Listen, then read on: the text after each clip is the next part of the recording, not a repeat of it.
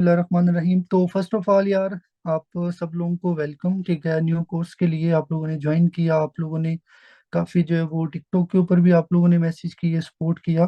तो thank you so much आप सब लोगों का, आप सब लोगों की मोहब्बत का। आप लोग खुश रहें जहाँ भी हैं, और अच्छे से जो है ना आप लोग स्टडी करें। तो अब स्टार्ट करने से पहले मैं यहाँ पे थोड़ी सी जो है ना वो प्लानिंग करूंगा आप लोगों के साथ शेयर, कि हम लोगों ने किस तरह से जो है ना वो चीज़ों को मूव ऑन करना है। या रिकॉर्डिंग किसी को भी अलाउ नहीं है, आप लोगों को रिकॉर्डिंग लेक्चर मिल जाएंगे सारे, डोंट वरी। फाइका, आप को मैं लिंक शेयर करता हूँ, आप मीटिंग का लिंक शेयर कर दें उनके साथ। मीटिंग का पासवर्ड तो मुझे अब यहाँ से नहीं नजर आएगा, एक मिनट। तो पासवर्ड है इसका जी, मैं आपको शेयर कर देता हूँ।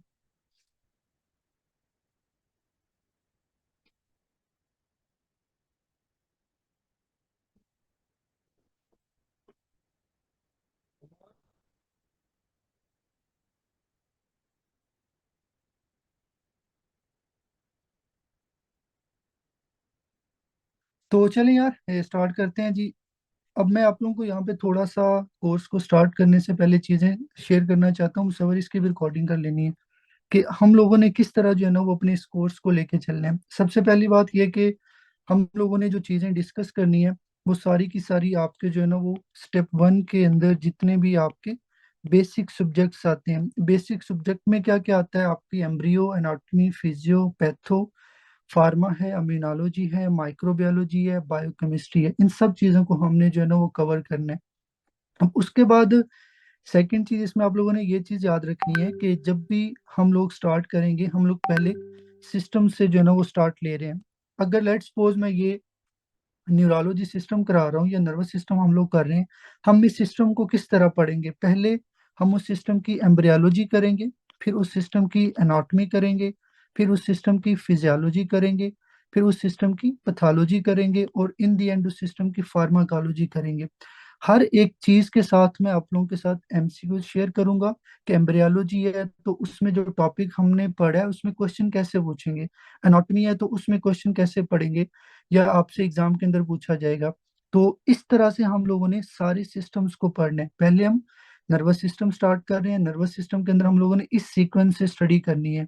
जब हमारा नर्वस सिस्टम हो जाएगा, फिर उसके बाद हम सेकंड सिस्टम डिसाइड करेंगे कि अब हमने कौन सा सिस्टम करना है। जब भी कोई सिस्टम स्टार्ट होगा, उसके अंदर इस सीक्वेंस से हम लोगों ने स्टडी करनी है। हर सिस्टम के एंड पे हम लोग एक टेस्ट रखा करेंगे, उस टेस्ट के अंदर आप लोगों के साथ एमसीक्यू शेयर किए जाएंगे। लेट्स सपोज ये नर्वस सिस्टम है, जैसे ही नर्वस सिस्टम एंड होगा, in the end of nervous system हम क्या करेंगे, एक छोटा सा टेस्ट रखेंगे। टेस्ट में कोई 15 से या 10-20 एमसीक्यूज होंगे जो आप लोगों के साथ शेयर किए जाएंगे, according to NRE pattern, according to USMLE pattern, according to PLAB. वो आप लोगों के साथ एमसीक्यूज शेयर करूंगा, आप लोगों ने उनको सोल्व करना है। फिर उसके बाद हम जूम मीटिंग पे उसको डिस्कस कर लेंगे। ये एक तरह से हम लोगों ने सिस्टम्स का प्लान बनाया, कि हम लोगों ने सिस्टम किस तरह करने हैं। लेट्स सपोज जब हमारे सिस्टम्स कंप्लीट हो जाएंगे, सिस्टम्स को कंप्लीट करने के बाद हम लोगों ने क्या करना है, अमीनोलॉजी करनी है, उसके बाद माइक्रोबायोलॉजी करनी है, फिर उसके बाद बायोकेमिस्ट्री। ये चीजें हम लोगों ने जो है ना वो आफ्टर सिस्टम्स करनी है। और इसी तरह साइकोलॉजी, ये आप लोगों के सब्जेक्ट आते हैं। तो पहले हम लोग सिस्टम्स कवर करेंगे, ठीक है। सिस्टम्स के अंदर हम लोगों ने किस तरह पढ़ना है मैंने आप लोगों को बता दिया है। और हर सिस्टम के एंड पे एक टेस्ट होगा। जब सारे सिस्टम्स हो जाएंगे, फिर उसके बाद हम लोग जो है वो इम्यूनोलॉजी या दूसरे सब्जेक्ट करेंगे। हमारा जो प्लानिंग है कोर्स को फिनिश करने की, वो 4 मंथ की है। 4 मंथ में इंशाल्लाह हम करेंगे कोशिश। इन केस अगर 1 मंथ या 2 मंथ ऊपर भी होते हैं, तो आप लोगों से उसके चार्जेस नहीं लिए जाएंगे, क्योंकि आप लोगों ने जो फीस जमा कराई है वो कंप्लीट कोर्स की है। कोर्स 4 मंथ में हो जाए, हमारा जो प्लान है उसके अंदर हमने कवर करना है। इन केस अगर ये थोड़ा सा अप ऊपर जाता है, 1 मंथ या 15-20 डेज, तो उस दौरान आप लोगों से किसी किस्म के भी चार्जेस नहीं लिए जाएंगे। वो सबके लिए फिर उसी जो है ना वो कोर्स के अंदर आएगा। तो ये कुछ बेसिक चीजें आप लोगों के साथ जो है ना वो शेयर करनी थी। अब इंशाल्लाह हमारा जो आज फर्स्ट एक तरह से सिस्टम है, उसके अंदर हम लोगों ने नर्वस सिस्टम को जो है ना वो लेके चलना है। मतलब आज का जो हमारा टॉपिक है उसके अंदर हम लोगों ने नर्वस सिस्टम की एम्ब्रियोलॉजी को पढ़ना है, कि आपके एनआरई के लिहाज से नर्वस सिस्टम की एम्ब्रियोलॉजी कितनी इंपॉर्टेंट है, या कौन कौन सी चीजें करनी है। तो सबसे पहले बेसिक, नर्वस सिस्टम को कितने पार्ट्स में हम लोग डिवाइड करते होते हैं? नर्वस सिस्टम को टोटल हम लोग करते होते हैं एक तरह से तीन पार्ट्स के अंदर। एक आपका आता है सेंट्रल नर्वस सिस्टम, एक आपका आता है पेरिफेरल नर्वस सिस्टम, और एक आपका आता है ऑटोनॉमिक सिस्टम। ये बेसिकली तीन तरह के आपकी बॉडी के अंदर नर्वस सिस्टम के कंपोनेंट्स होते हैं। पहला सेंट्रल नर्वस सिस्टम है, सेकंड पेरिफेरल नर्वस सिस्टम है, और थर्ड पे आता है autonomic nervous system. Central nervous system में हमने क्या पढ़ना है, हम लोगों ने ब्रेन को पढ़ना है और उसके बाद स्पाइनल कोड को पढ़ना है। ये आपके सेंट्रल नर्वस सिस्टम के अंदर आता है। पेरिफेरल नर्वस सिस्टम में क्या आएगा, पेरिफेरल नर्वस सिस्टम के अंदर आपकी क्रेनियल नर्व्स आती हैं और उसके बाद आपकी स्पाइनल नर्व्स आती हैं, ये आप लोगों ने याद रखना है। और ऑटोनॉमिक नर्वस सिस्टम में क्या आता है, आपका सिंपथेटिक नर्वस सिस्टम और पैरा सिंपथेटिक नर्वस सिस्टम आएगा। ये बेसिकली एक डिवीजन है कि नर्वस सिस्टम के कितने कंपोनेंट्स हैं, हर कंपोनेंट के अंदर क्या क्या चीजें आती हैं। हम लोग एक तरह से न्यूरोलॉजी करने जा रहे हैं स्टार्ट, तो उसमें हम लोगों ने सेंट्रल नर्वस सिस्टम को डिस्कस करना है और पेरिफेरल नर्वस सिस्टम को। ये जो आपका ऑटोनॉमिक नर्वस सिस्टम है, ये इंशाल्लाह आप लोग डिस्कस करेंगे जब हम लोग पढ़ेंगे जनरल फार्माकोलॉजी, वहां पे हम लोग फिर इस सिस्टम को डिस्कस करेंगे। तो आज का जो हमारी फर्स्ट क्लास है उसके अंदर हम लोगों ने क्या करना है, ब्रेन की जो है ना वो रिकॉर्ड, ब्रेन की आपके पास क्या करनी है यहाँ पे, एम्ब्रियोलॉजी को डिस्कस करना है कि कैसे हमारा ब्रेन जो है ना वो डेवलप होता है। और ब्रेन किस चीज का पार्ट है, it is a part of central nervous system. अब नेक्स्ट हम लोग देखते हैं कि आपके जो सेंट्रल नर्वस सिस्टम है या जो आपका ब्रेन है उसकी कैसे डेवलपमेंट होती है। अब डेवलपमेंट को पढ़ने से पहले आपको ये बताना चाहिए कि लेट्स सपोज अगर कोई भी कपल है, ठीक है, वो सेक्सुअल एक्टिविटी करता है और उसके बाद क्या होता है, आपके पास फर्टिलाइजेशन होती है।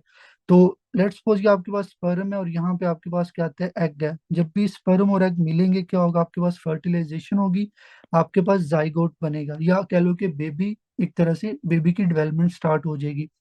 सेंट्रल नर्वस सिस्टम की बेबी के अंदर डेवलपमेंट कब स्टार्ट होती है, जब आपके पास थर्ड वीक स्टार्ट हो जाता है। और ये आपका एक तरह से एमसीक्यूज भी बन सकता है कि ब्रेन की डेवलपमेंट कौन से वीक में स्टार्ट होती है। तो आप लोगों ने थर्ड वीक को याद रखना है कि फर्टिलाइजेशन के थर्ड वीक बाद आपके पास क्या होता है, ब्रेन की डेवलपमेंट स्टार्ट हो जाती है। वो प्रोसेस जिसके अंदर आपके ब्रेन की डेवलपमेंट होती है उसको बोलते होते हैं न्यूरोलेशन। तो न्यूरोलेशन क्या होता है, ये बेसिकली वो प्रोसेस है जिसके अंदर आपके सेंट्रल नर्वस सिस्टम या आपके ब्रेन की पार्ट्स की डेवलपमेंट होती है। अब डायरेक्टली न्यूरोलेशन को पढ़ने से पहले कुछ बेसिक चीजें आती हैं जो हमारे लिए बहुत कंपल्सरी आपको पता होना चाहिए। अब देखें, ये है थर्ड वीक। अगर हम थर्ड वीक से पहले की बच्चे की लाइफ पढ़ते हैं तो उसके अंदर आपके पास क्या चीजें आएंगी। लेट्स सपोज अगर मैं सेकंड वीक की बात करूं, आप लोग बुक्स के अंदर पढ़ेंगे, वहां पे लिखा होता है कि जब बच्चा डेवलप हो रहा होता है, तो जब दूसरा हफ्ता चल रहा होता है तो बच्चे के अंदर दो लेयर्स बनती हैं। लेट्स सपोज ये आपकी फर्स्ट लेयर है जो कि सेल से बनी हुई है, और एक लेयर इसके नीचे बनेगी यहाँ पे, ये भी आपके पास एपिथेलियल सेल से बनी हुई है। ऊपर वाली लेयर को बोलते होते हैं एपीब्लास्ट। तो during the second week of fertilization या फर्टिलाइजेशन के सेकेंड वीक के बाद क्या होता है, आपके पास दो लेयर्स बनती हैं। एक एपीब्लास्ट होती है और एक आपके पास होती है हाइपोब्लास्ट। एपीब्लास्ट ऊपर वाली लेयर को बोलते हैं, हाइपोब्लास्ट नीचे वाली लेयर है। अब ये जो एपीब्लास्ट है, ठीक है, इससे ऊपर यहाँ पे एक कैविटी पड़ी होती है। लेट्स सपोज आप ये समझे कि एक बॉल है, ठीक है, आपने उस बॉल को कट किया है, उसके दो पीसेज हैं। एक पीस को आपने एपीब्लास्ट के ऊपर रख दिया और दूसरे पीस को आपने हाइपोब्लास्ट के नीचे रख दिया। ये जो आपके पास एक कैविटी बनती है, ठीक है, इसको बोलते होते हैं एमनियोटिक कैविटी। और ये जो कैविटी बनी है इसको बोलते होते हैं योक सैक। तो ये भी आपके पास से पढ़ेंगे आप लोग एम्ब्रियोलॉजी के अंदर, एमनियोटिक कैविटी होती है, योक सैक होता है। तो क्या एमनियोटिक कैविटी क्या होती है, बेसिकली ये एक स्पेस है जो आपके एपिब्लास्ट से ऊपर पड़ी होती है। योक सैक के ये भी एक कैविटी है जो आपकी हाइपोब्लास्ट से नीचे पड़ी होती है। तो सेकंड वीक जब कंप्लीट होता है तो उसमें ये दो लेयर्स बनती होती हैं, ठीक है, ये आप लोगों ने याद रखना है। इसको बोलते होते हैं ब्लास्टूला स्टेज। तो ब्लास्टूला स्टेज क्या होती है, वो स्टेज जिसके अंदर आपके पास एपीब्लास्ट और हाइपोब्लास्ट की दो लेयर्स बनती हैं। और जैसे ही सेकेंड वीक कंप्लीट होता है उसके बाद क्या होगा, थर्ड वीक स्टार्ट होगा। और थर्ड वीक जब स्टार्ट होता है तो क्या होंगी, 3 लेयर्स बनेंगी। अब वो 3 लेयर्स कौन सी हैं, लेट्स सपोज ये मैंने यहाँ पे 3 लेयर्स ड्रा की हैं। सबसे ऊपर वाली लेयर है उसको बोलते होते हैं आपके पास एक्टोडर्म, और ये जो नीचे वाली लेयर है इसको बोलते होते हैं मीजोडर्म, और ये जो सबसे इनसाइड लेयर है इसको बोलते होते हैं एंडोडर्म। तो आप लोगों ने याद रखना है कि जब दूसरा हफ्ता कंप्लीट होता है तो 2 लेयर्स बन चुकी होती हैं। जब थर्ड वीक स्टार्ट होता है तो थर्ड वीक के अंदर 3 लेयर्स बनती हैं। ठीक है, इस प्रोसेस को बोलते होते हैं गैस्ट्रूलेशन। तो गैस्ट्रूलेशन क्या होता है, बेसिकली ये एक ऐसा प्रोसेस है जिसमें आपकी बॉडी के अंदर 3 लेयर्स बनेगी। वो 3 लेयर्स कौन सी आती हैं, उसमें एक एक्टोडर्म है, एक मेसोडर्म है, एक एंडोडर्म है। अब क्वेश्चन ये है कि ये जो 3 लेयर्स हैं इनका क्या काम है बच्चे की बॉडी के अंदर। तो अब मैं आप लोगों को एग्जांपल देता हूँ। जो आपकी स्किन है वो एक्टोडर्म से बनी होती है। आपकी बॉडी के अंदर जो मसल्स हैं, कार्टिलेज हैं, जो बोन्स हैं, वो मेसोडर्म से बने हुए हैं। फिर उसके बाद आती है एंडोडर्म। जितनी भी आपकी बॉडी के अंदर कैविटीज हैं, लाइक आपकी जीआईटी है, आपका यूरिनरी सिस्टम है, तो वो क्या है, कैविटीज हैं। उनके अंदर, कैविटीज के अंदर क्या होती है, एपिथेलियल सेल की लाइनिंग होती है। तो वो किससे बनी होती है, एंडोडर्म से। तो एंडोडर्म का काम क्या होता है, आपकी बॉडी की जितनी भी कैविटीज हैं उनको लाइन करना, उनको अंदर से एक तरह से कह लो कि आप जिस तरह रूम में पेंट करते हो, तो वो जो एक कैविटी है वो आपका रूम है, और उसके अंदर जो आपने पेंट करना है वो क्या है, आपकी एंडोडर्म की लेयर है। ये आप लोगों ने याद रखना है। अब ये सारी चीजें हम क्यों पढ़ रहे हैं, मतलब हमारे लिए क्यों कंपलसरी है ये सेकेंड वीक को पढ़ना, थर्ड वीक को पढ़ना, क्योंकि आपके सेंट्रल नर्वस सिस्टम की जो हमने डेवलपमेंट पढ़नी है वो बेसिकली ये एक्टोडर्म से स्टार्ट होती है। होता क्या है जी, लेट्स सपोज ये आपके पास एक्टोडर्म है, ठीक है, और यहाँ पे आपके पास क्या, मीजोडर्म है। एक्टोडर्म और मीजोडर्म के दरमियान यहाँ पे एक टिश्यू पड़ा होता है जिसको बोलते होते हैं नोटोकोड। नोटोकोड क्या, ये एक न्यूरल टिश्यू है।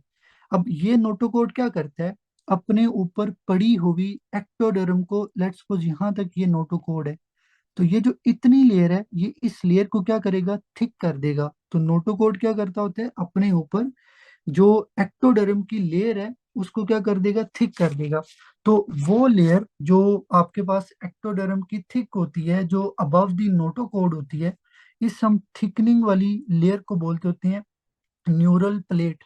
तो अब देखो, अगर आपसे पूछा जाता है कि न्यूरल प्लेट क्या है, तो आपने क्या बताना है, बेसिकली ये एक्टोडर्म की थिकनिंग होती है। थिकनिंग कौन करवाता है, नोटोकोड करवाता है। ये आप लोगों ने याद रखना है। नोटोकोड क्या है, ये एक न्यूरल टिश्यू है जो आपके छोटे छोटे सेल से बना हुआ है। ये कहाँ पे होता है, ये आपके एक्टोडर्म और मीजोडर्म के दरमियान पड़ा होता है। ये आपका जो नोटोकोड है इसका काम होता है एक्टोडर्म को इंड्यूस करना, एक्टोडर्म को थिक करना, ताकि आपकी न्यूरल प्लेट बन सके। तो जब आपकी न्यूरल प्लेट बनती है, ये न्यूरल प्लेट आगे क्या करेगी, आपकी बॉडी के अंदर न्यूरल ट्यूब बनाएगी। ये आपने याद रखना है। फिर इसी तरह क्या होंगे, आपके पास न्यूरल क्रस्ट सेल बनेंगे। आपके एग्जाम में क्वेश्चन आता होता है कि जो न्यूरल क्रस्ट सेल्स हैं वो किस चीज के डेरिवेटिव्स हैं, वो किस चीज से बनते हैं, तो वो आपके न्यूरल प्लेट से बनते होते हैं। ये आप लोगों ने याद रखना है। तो मैं अगेन इसको यहाँ पे रिवाइज करूंगा। अगेन लेट्स सपोज ये मेरे पास यहाँ पे नोटोकोड है, ये आपका नोटोकोड है, ये एक्टोडर्म है। नोटोकोड क्या करेगा, इस ऊपर वाली लेयर को यहाँ से थिक कर देगा। जब ये लेयर की थिकनिंग हो जाती है उसको बोलते होते हैं न्यूरल प्लेट। बाद में क्या होगा, ये जो न्यूरल प्लेट है ये 2 चीजें बनाएगी, एक न्यूरल ट्यूब है और एक न्यूरल क्रस्ट सेल है। न्यूरल ट्यूब क्या होता है, ये बेसिकली एक आपके पास इस तरह की कैविटी टाइप या ट्यूब टाइप स्ट्रक्चर होती है। ये इसका एक एंड होता है और एक इसका ये सेकंड एंड होता है। जो ऊपर वाला एंड होता है उसको बोलते होते हैं क्रेनियल, जो आपके हेड वाला एंड होता है। और जो आपकी लेट्स सपोज लोअर लेग्स वाला एंड होगा उसको बोलते हैं कोडल। तो कोडल एंड आपका लोअर एंड है, ठीक है, क्रेनियल आपका हेड वाला पोर्शन होता है। ये आपने याद रखना है। और ये जो न्यूरल ट्यूब है इसकी साइड पे यहाँ पे पड़े होते हैं न्यूरल क्रस्ट सेल्स। ये आप लोगों ने याद रखना है। तो अगेन अभी तक हमने सेंट्रल नर्वस सिस्टम की डेवलपमेंट में जो इंपॉर्टेंट चीजें हैं वो क्या पढ़ी हैं। सबसे पहले व्हाट इज नोटोकोड। नोटोकोड क्या होता है, ये एक आपका न्यूरल टिश्यू है। ये न्यूरल टिश्यू कौन बनाता है, ये आपकी एपीब्लास्ट बनाती होती है। मतलब ये जो सेल्स हैं एपीब्लास्ट के, ये मिलके क्या बनाएंगे, आपका नोटो कोड बनाएंगे। वो नोटोकोड फिर क्या करेगा, वो आपकी एक्टोडर्म को थोड़ा सा प्रोलिफरेट कराएगा, थिक कराएगा। वो एक्टोडर्म जो नोटोकोड के थ्रू थिक होती है उसको बोलते होते हैं न्यूरल प्लेट। फिर उसके बाद हमने पढ़ा कि न्यूरल प्लेट क्या करेगी, न्यूरल प्लेट प्रोलिफरेट करके हमें क्या देगी, न्यूरल ट्यूब और न्यूरल क्रस्ट सेल। फिर मैंने आपको थोड़ी स्ट्रक्चर बताई कि न्यूरल ट्यूब कैसे होती है, उसके कितने पार्ट हैं। देखो ये इसका इंटीरियर पार्ट है जिसको क्रेनियल बोलते होते हैं, ये इसका पोस्टीरियर पार्ट है जिसको कोडल बोलते होते हैं।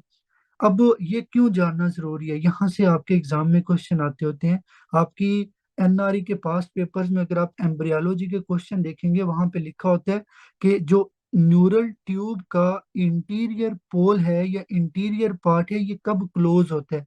तो ये 23 डेज में होता है, मतलब ये कि आफ्टर फर्टिलाइजेशन जब 23वां दिन होता है तो ये इंटीरियर एंड क्लोज हो जाता है।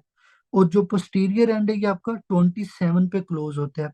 लेट्स सपोज अगर आपके ये न्यूरल ट्यूब के पोर्स क्लोज नहीं होते तो फिर क्या होंगे, न्यूरल ट्यूब डिफेक्ट होंगे, जो कि आगे एम्ब्रियो से रिलेटेड पैथोलॉजीज हैं। वो इंशाल्लाह हम लोग जो है ना वो कल डिस्कस करेंगे। आज पहले हम लोग बेसिक चीजों को डिस्कस करते हैं। तो what is interior pore, what is posterior pore, ये आपको पता होना चाहिए। कौन सा पोर या कौन सा होल किस डे पे क्लोज होता है ये भी आपको पता होना चाहिए। अब उसके बाद आगे चलते हैं कि आपके पास ये जो न्यूरल ट्यूब है ये आगे क्या चीजें बनाएगी। तो आपने क्या याद रखना है, अगर आपको एमसीक्यूज आता है कि सेंट्रल नर्वस सिस्टम की डेवलपमेंट किस चीज से होती है, न्यूरल ट्यूब से होती है, न्यूरल क्रस्ट सेल से होती है, तो आप लोगों ने न्यूरल ट्यूब को पिक करना है। ये जो न्यूरल ट्यूब है ये आगे आपका सेंट्रल नर्वस सिस्टम बनाएगी, जिसको आगे हम डिस्कस करते हैं। ये जो न्यूरल क्रस्ट सेल्स हैं ये क्या बनाएंगे, आपका पेरिफेरल नर्वस सिस्टम बनाते हैं, जिसमें आपकी क्रेनियल नर्व्स आएंगी, आपकी स्पाइनल नर्व्स आएंगी। इसके अलावा भी न्यूरल क्रस्ट सेल डिफरेंट जो है ना वो कंपोनेंट बनाते हैं। तो ये आप लोगों ने इसके अंदर जो है ना वो बेसिक चीजें याद रखनी है। फिर उसके बाद आप लोगों ने क्या चीज याद रखनी है कि आपकी बॉडी के अंदर क्या होता है, कोई भी एक ट्यूब है, लेट्स सपोज अगर मैं बात करूं ये न्यूरल ट्यूब है मेरे पास, तो ये न्यूरल ट्यूब का क्या है आपके पास, इंटीरियर पार्ट है, ये इसका आपके पास आता है पोस्टीरियर पार्ट। मैंने आपको बताया कि ये क्लोज होगा 23 डे पे, ये क्लोज होगा 27 डे पे। ये आप लोगों ने याद रखना है। अगर ये क्लोज नहीं होगा it is called neural tube defect, जो कि एक डिजीज है।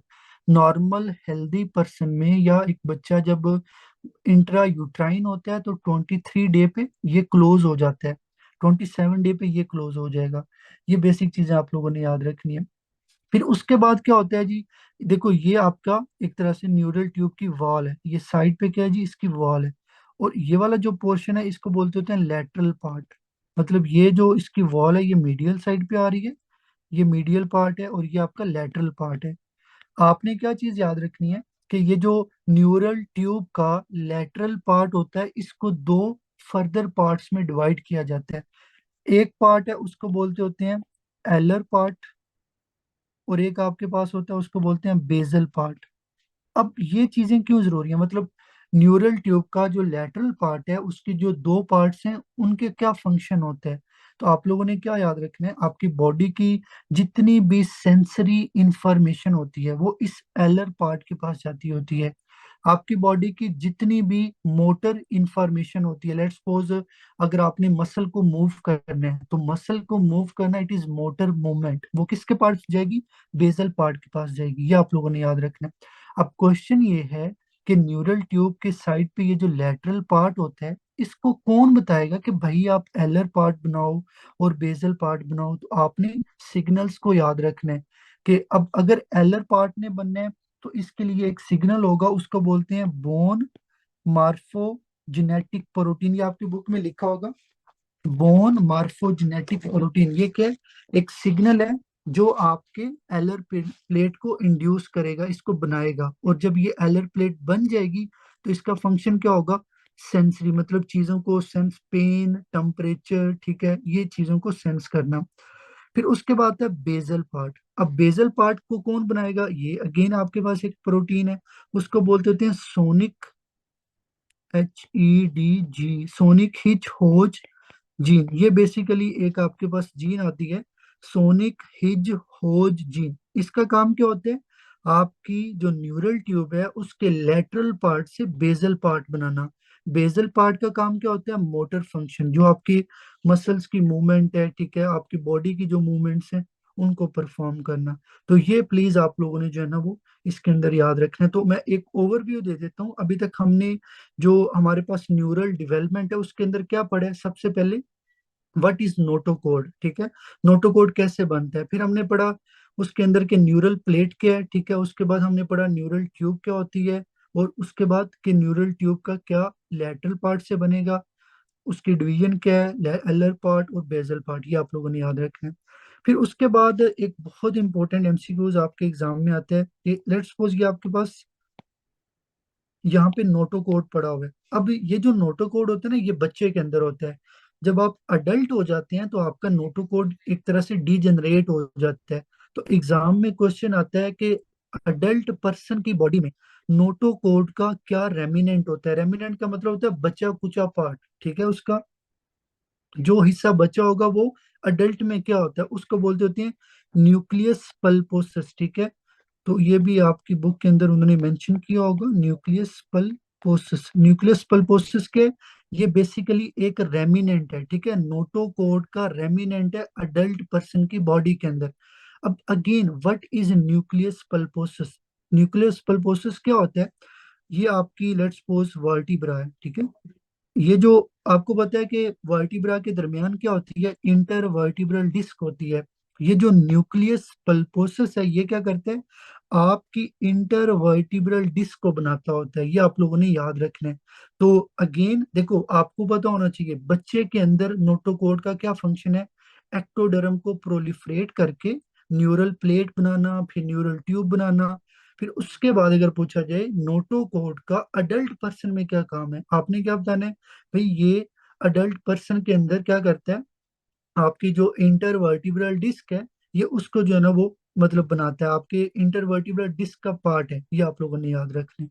तो ये आपकी एक तरह से जो है ना वो न्यूरल डेवलपमेंट के अंदर इंपॉर्टेंट चीजें आती हैं।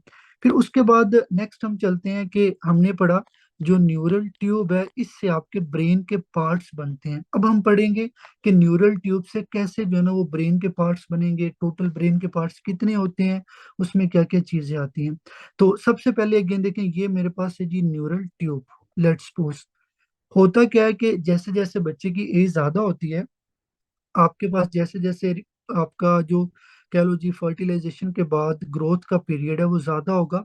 तो न्यूरल ट्यूब के अंदर सबसे पहले तीन स्वेलिंग्स बनेंगी। लेट्स सपोज एक स्वेलिंग आपके इस पार्ट में बनेगी, सेकंड स्वेलिंग आपके इस पार्ट में बनेगी, और थर्ड स्वेलिंग इधर आएगी।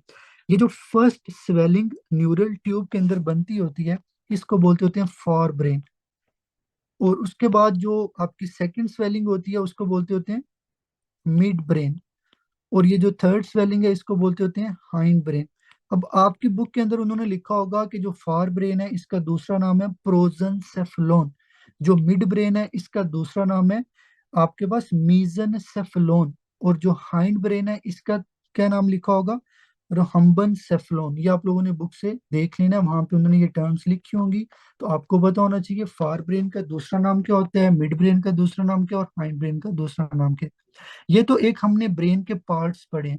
अब हम क्या करेंगे, हर पार्ट के कंपोनेंट्स को डिस्कस करेंगे कि भाई अगर फॉर ब्रेन है तो इसमें क्या क्या चीजें आती हैं। तो आप लोगों ने क्या याद रखना है, देखो लेट्स सपोज ये फर्स्ट स्वेलिंग है। जैसे जैसे रिप्रोडक्टिव टाइम गुजरेगा तो ये जो फर्स्ट स्वेलिंग है ये अपने से दो छोटी छोटी स्वेलिंग्स बनाएगी। लेट्स सपोज एक आपके इस तरफ स्वेलिंग बन जाएगी और दूसरी स्वेलिंग इस तरफ बन जाएगी। मतलब ये कि सबसे पहले न्यूरल ट्यूब के अंदर तीन स्वेलिंग्स बनती हैं। फर्स्ट स्वेलिंग फार है, fore brain, second mid brain, third hind brain.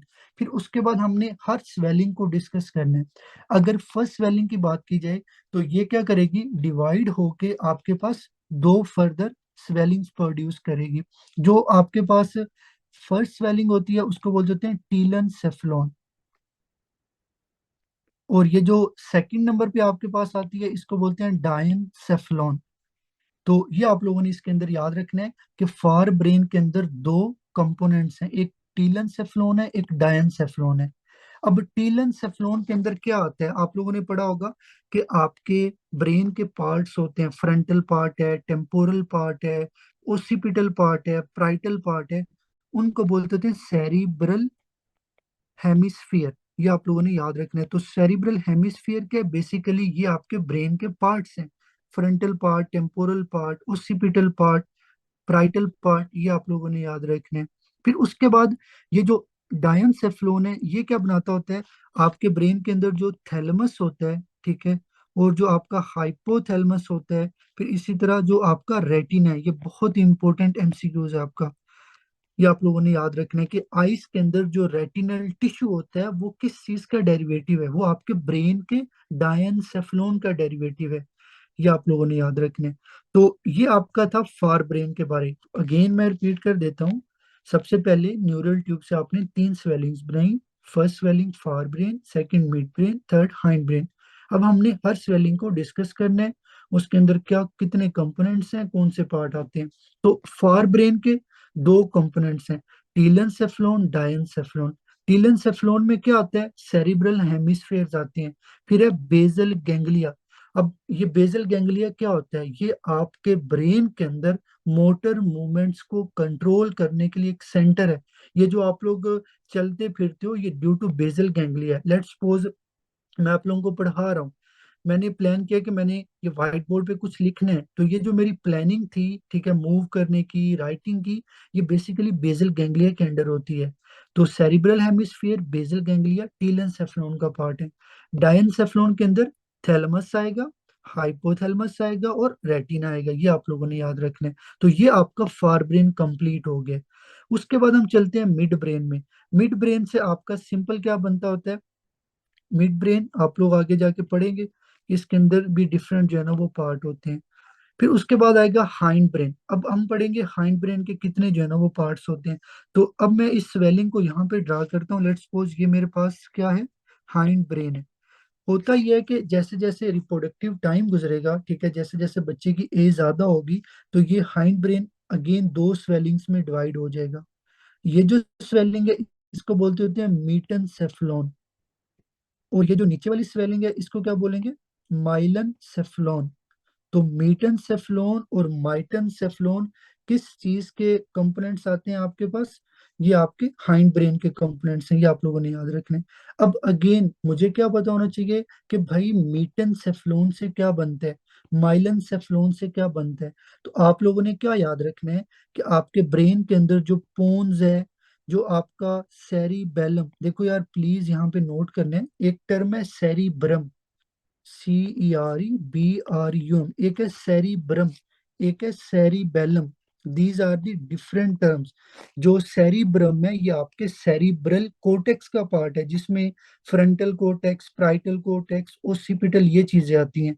Cerebellum एक सेपरेट चीज है, वो आपके हाइंड ब्रेन का पार्ट है, ये आप लोगों ने याद रखना है। फिर उसके बाद आपका आता है जो माइलन सेफ्लोन। माइलन सेफ्लोन में क्या आएगा, मेडेला आएगा। तो अब देखो, अगर मैं क्या करूं, पोन्स को, सेरिबेलम को, मेडुल्ला को कंबाइन करूं, इन तीनों को कलेक्टिवली बोलते होते हैं ब्रेन स्टेम। तो ब्रेन स्टेम क्या है, बेसिकली इसके अंदर तीन कंपोनेंट्स आते हैं, पोन्स है, सेरिबेलम है और मेडुल्ला है, ये आप लोगों ने याद रखना है। तो ये आपका जो है ना वो एक तरह से इम्पोर्टेंट इसके अंदर चीजें आती हैं। अब एग्जाम में कैसे वो क्वेश्चन पूछते होते हैं आपसे, मतलब वो ये सारी चीजें पढ़ने का आपको क्या बेनिफिट है, इसको कैसे एग्जाम में वो पूछेंगे। तो आपको क्वेश्चन देंगे, एक पर्सन है, लेट्स सपोज उसको स्ट्रोक हुआ, स्ट्रोक में उसकी पोन्स का डैमेज हुआ, आप बताओ जी वो जो पोन्स है वो किस चीज का डेरिवेटिव है, उसमें लिखा होगा फार ब्रेन, मिड ब्रेन, या जो टीलेंसेफ्लोन, डायंसेफ्लोन, ये चीजें वो आपसे एमसीक्यूज के अंदर पूछेंगे। तो ये आपके एक तरह से न्यूरल ट्यूब से बनने वाले क्या थे, सेंट्रल नर्वस सिस्टम के पार्ट से। सबसे पहले आप लोग याद रखो, टोटल तीन स्वेलिंग्स थी, fore brain, mid brain, hind brain. फिर उसके बाद आपने हर स्वेलिंग को डिस्कस करना है, फार ब्रेन से क्या बनता है, हाइंड ब्रेन से क्या बनता है, मिड ब्रेन से क्या बनता है।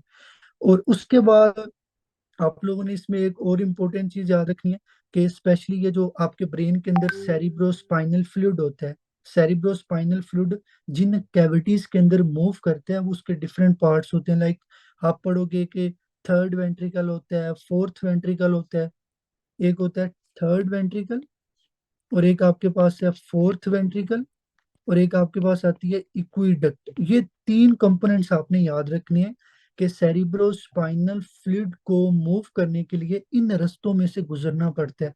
Third ventricle, fourth ventricle, aqueduct. अब ये जो थर्ड वेंट्रिकल है ये किसका पार्ट होता है? ये आपके फार ब्रेन का पार्ट है। जो आपकी इक्विडक्ट है इसको बोलते हैं सेरिब्रल इक्विडक्ट। ये किसका पार्ट? वेंट्रिकल है।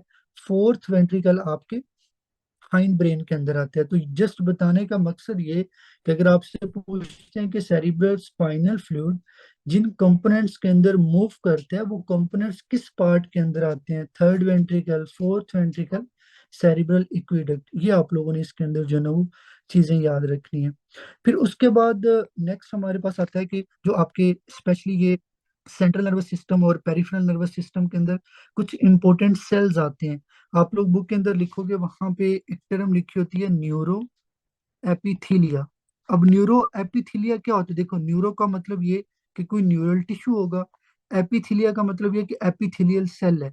तो बेसिकली जो आपकी न्यूरल ट्यूब होती है, लेट्स सपोज ये आपकी न्यूरल ट्यूब है, इस न्यूरल ट्यूब के अंदर जो यहाँ पे एपिथीलियम होता है उसको बोलते होते हैं न्यूरो एपिथीलिया। ये क्यों पढ़ना जरूरी है? क्योंकि ये जो न्यूरो एपिथीलिया है ये आपके सेंट्रल नर्वस सिस्टम के न्यूरॉन्स की डेवलपमेंट कराएगा। ये आपके सेंट्रल नर्वस सिस्टम के अंदर सेल्स होते हैं, आप लोग पढ़ोगे आगे जाके, एस्ट्रोसाइट्स हैं। फिर उसके बाद ओलिगो डेंड्रोसाइट्स हैं। फिर इसी तरह आपके पास आता है एपेंडाइमल सेल। मैं इंशाल्लाह फिजियो के अंदर हर सेल को डिटेल से पढ़ाऊंगा, लेकिन यहाँ पे जस्ट ये याद रख लो कि सेंट्रल नर्वस सिस्टम के अंदर जो सेल्स होते हैं इन तीनों को कलेक्टिवली बोलते होते हैं ग्लाइल सेल। तो ग्लाइल सेल के अंदर तीन तरह के सेल आते हैं, एस्ट्रोसाइट, ओलिगोडेंड्रोसाइट और एपेंडाइमल सेल। ये सारे किस चीज से बने हुए हैं? न्यूरो एपिथीलिया सेल से। न्यूरो एपिथीलिया के ये वो सेल्स हैं जो आपकी न्यूरल ट्यूब को अंदर से लाइन करते होते हैं, ये आपने याद रखने। फिर उसके बाद न्यूरल क्रस्ट सेल, जो मैंने आपको पीछे बताया था कि ये जो न्यूरल ट्यूब है इसकी साइड पे यहाँ पे न्यूरल क्रस्ट सेल पड़े होते हैं। तो न्यूरल क्रस्ट सेल से क्या बनता होता है? आपके ये जो पेरिफेरल नर्वस सिस्टम के न्यूरॉन्स हैं, ठीक है। अब देखो, सेंट्रल नर्वस सिस्टम के न्यूरॉन किससे बनते हैं? न्यूरो एपिथेलिया से। जो आपके पेरिफेरल नर्वस सिस्टम के न्यूरॉन्स हैं लाइक क्रेनियल नर्व, फिर उसके बाद स्पाइनल नर्व, वो आपकी न्यूरल क्रस्ट सेल से बनेंगे। फिर उसके बाद आपने याद रखना है आपकी बॉडी के अंदर जो एड्रीनल मेडल्ला होता है ये भी न्यूरल क्रस्ट सेल का डेरिवेटिव है। आपकी बॉडी के अंदर ये जो सिंपथेटिक और पैरासिम्पथेटिक नर्वस सिस्टम को कंट्रोल करने के लिए ग्रुप ऑफ न्यूक्लियस होते हैं, वो किस चीज से बने होते हैं? आपके न्यूरल क्रस्ट सेल से। आपकी बुक में एक टर्म लिखी होगी गैंग्लियन। What is ganglion? अगर लेट्स सपोज मैं बहुत सारे न्यूक्लियाई को इकट्ठा कर दूं सेंट्रल नर्वस सिस्टम में, collection of nucleus is called ganglion. ये आप लोगों ने याद रखना है। तो गैंग्लियन के it is the collection of nucleus. तो आपकी बॉडी के अंदर ये जो सिंपथेटिक नर्वस सिस्टम के न्यूक्लियस, पैरासिम्पथेटिक नर्वस सिस्टम के न्यूक्लियस जो मिलके गैंग्लियन बनाते हैं वो न्यूरल क्रस्ट सेल से बने होते हैं। ये आप लोगों ने इसके अंदर याद रखना है। तो ये बेसिकली आपका एक तरह से जो सेंट्रल नर्वस सिस्टम की एम्ब्रियोलॉजी आती है उसके अंदर एटलीस्ट आप लोगों को ये चीजें जो है ना वो क्लियर होनी चाहिए। अब आपका जो नेक्स्ट टॉपिक आएगा उसके अंदर हम लोग इंशाल्लाह आगे डिस्कस करेंगे न्यूरल ट्यूब डिफेक्ट को, कि ये जो हमने पढ़ा कि न्यूरल ट्यूब का इंटीरियर पार्ट है, हमने पढ़ा ये क्लोज हो जाता है 23rd डे पे। फिर हमने पढ़ा ये जो न्यूरल ट्यूब का आपके पास पोस्टीरियर पार्ट है, ठीक है, ये कब क्लोज होता है? 27 डे पे। अगर ये क्लोज नहीं होते तो आपकी बॉडी के अंदर क्या डिफेक्ट आएंगे? उन डिफेक्ट्स को बोलते होते हैं न्यूरल ट्यूब डिफेक्ट। तो ये खैर आज की आप लोगों के साथ एक फर्स्ट क्लास थी जिसमें आप लोगों को थोड़ा सा चीजें भी बताई कि हमने करनी किस तरह से, आप लोगों के साथ थोड़ा इंट्रोडक्शन भी हुआ है। तो बाकी इंशाल्लाह कल से हमारी जो क्लास होगी वो रेगुलर क्लास हुआ करेगी 1 घंटे की।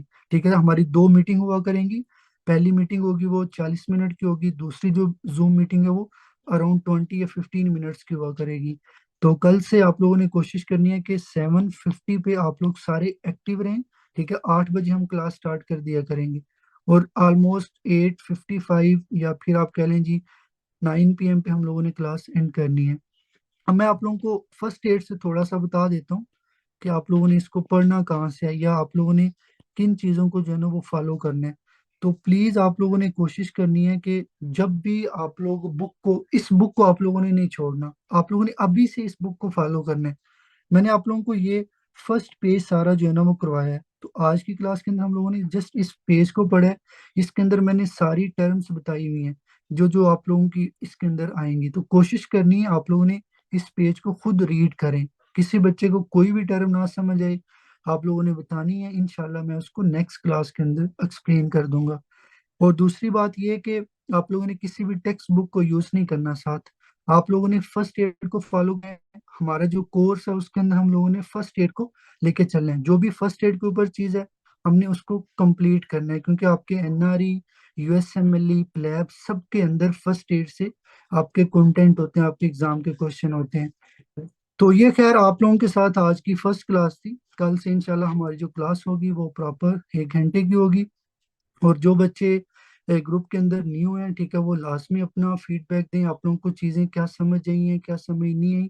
देखिए मैं यहाँ पे अपनी पूरी एफर्ट करूंगा आप लोगों के साथ चलने की, ठीक है, आप लोगों को जितनी भी चीज़ें वो क्लियर करने की। बाज दफ़ा हो सकता है मेरा थोड़ा सा मेथड गलत हो जाए या आप लोगों को चीज़ें ना समझ आए, तो आप लोगों ने वो लाजमी मेंशन करना है। हम इंशाल्लाह उसको ज़रूर कवर करेंगे। ऐसा नहीं होगा कि मैं एक चीज़ पढ़ा के स्पीड अप, वो चीज़ मुझे नहीं अच्छी लगती, क्योंकि मैंने जो चीज़ अचीव की है वो इसी तरह की है, थोड़ा थोड़ा करके चीज़ों को अच्छे से समझ के करेंगे। तो बाकी ये कि अगर कुछ भी समझ ना आए आप लोगों ने लाजमी बताना है, फिर इंशाल्लाह उसको कर लेंगे। देखो न्यूरल ट्यूब की 3 स्वेलिंग होती हैं, ठीक है। पहली स्वेलिंग फॉर ब्रेन है, सेकंड जो मिडल मिडल स्वेलिंग होती है उसको मिड ब्रेन बोलते हैं, और जो लास्ट वाली स्वेलिंग है उसको हाइंड ब्रेन बोलते होते हैं। फिर उसके बाद आपने पढ़ना है कि कौन सी स्वेलिंग से कौन से पार्ट आते होते हैं।